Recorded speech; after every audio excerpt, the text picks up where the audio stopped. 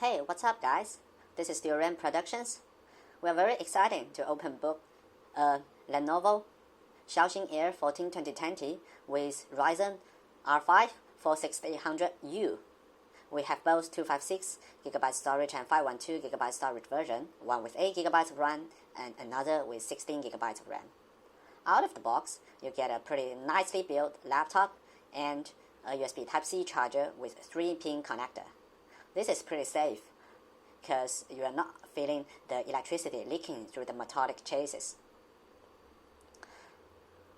I really like the space gray color a lot.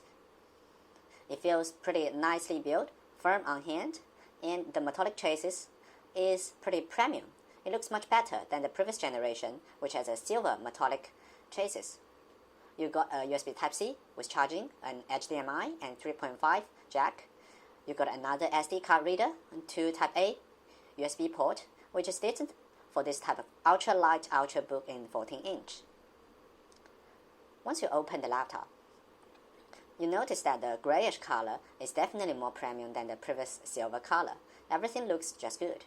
The screen is micro bezel screen. The keyboard is pretty responsive. The touchpad is also kind of average level. The most amazing part is that there are two pretty long soundbar at each side. You can see that the fingerprint button is integrated into the power button, although it's not very obvious, but it's very handy if you are used to that as a safe feature. There is another safe feature, a shutter in front of the webcam, while you do not really have to worry about leaking your privacy every day.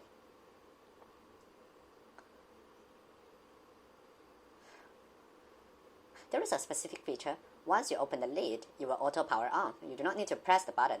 Just touch the button if you set up the fingerprint sensor. The brightness is pretty high because I'm still putting it under some kind of cloudy sunlight. You open some kind of mail, web browser, Explorer. The speed is pretty decent. It's not the fastest, but it's definitely better than average. Just a note, the 16GB version is slightly noticeably better than the 8GB version, but not really a lot. If you just want to use it for office, you can just get the 8GB of RAM and 256 version. Now let's move to a YouTube video to check out the video and sound quality. Our next guest, all she was trying to do was catch a train in the London Tube, and now she is one of the hottest videos on internet. Here's why. Finish the lyrics. Tell me something, girl. Are you happy in this modern world? Or do you need more? Wow. Keep going. So hardcore. Wow, you're really good. Keep going.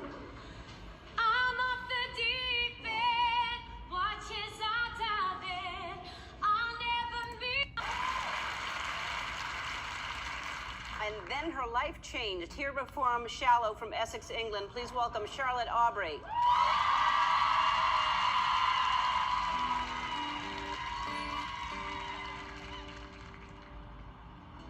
Tell me something, boy. Aren't you tired trying to fill that void? Or do you need more? Ain't it hard keeping so hardcore? I'm falling. In all the good times I find myself longing for change. The Xiaoxin Air 14-2020 series, no matter Intel or AMD, is feeling a lot more premium than the previous year version in 2019. Now it's far better in design than the just sub $1,000 level laptop. As for the screen, it's 100 sRGB level, yes, but if you just compare to the A+256, which has a 70% sRGB level approximately, there's not too much difference. You can notice if you compare side by side, but if you just use either of them daily, they are pretty good, very good daily, but definitely not the top range. It has a Intel R5, an AMD R5-4600U. This is 6 core with 12 threads, which is amazingly high. better than many Intel i7. The battery can generally give you light work around 6 to 7 hours. The RAM is soldered on board, dual channel DDR4, 3200 MHz. The GPU has 384 shaders, which is slower than the R7 version, which has 448 or 512 shaders. The screen from the 16 plus 512GB one is a 100% sRGB level, which has a 300 CD per meter square brightness. There is another version, A+256, which has another panel. The brightness is slightly lower and also the color. But in real life, since the contrast is almost similar, basically what you see is pretty similar.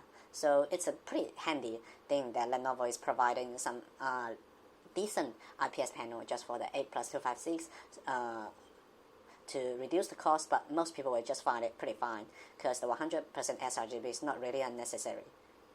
The solid-state drive for the 512 version is a West Digital Black drive, which is excellent. The other side for the A+256 is a Skyhynix one. This one only is PCIe ×2. It's a bit slower, but definitely it's good enough, it's stable, and much better than any SATA SSD. So there is nothing to complain about, even you buying the A+256. It is pretty good. If you want something better, you can just buy the 16GB version. Both versions has a real tick. It's not really good. We have just do some benchmarks. You can just freely go around. Basically, the CPU, GPU, including the Cinebench, the IDA64, the cache memory, and also the BMD raw test in my test is almost the same across both two machines, the 16GB version and the 8GB version. The only difference is the solid-state drive, of course, because the West Digital Black drive is a premium one, but the Skyhynix is more like a middle range one. So both are pretty decent. There's nothing to complain about, considering you are only spending something like less than $100, Australian dollars, even not US dollars. Talking about the performance, the CPU performance is very high. The mother core is 1.3K, much better than any Core i7, I suppose. And the OpenCL is also pretty good. It is something like 60 frames per second. It's about 60 to 70% of an MX250 from NVIDIA, which is, of course, decent enough if you are doing some video editing. And now we just switch to the A+256 benchmark. You can just do some slight compare. There is not too much difference.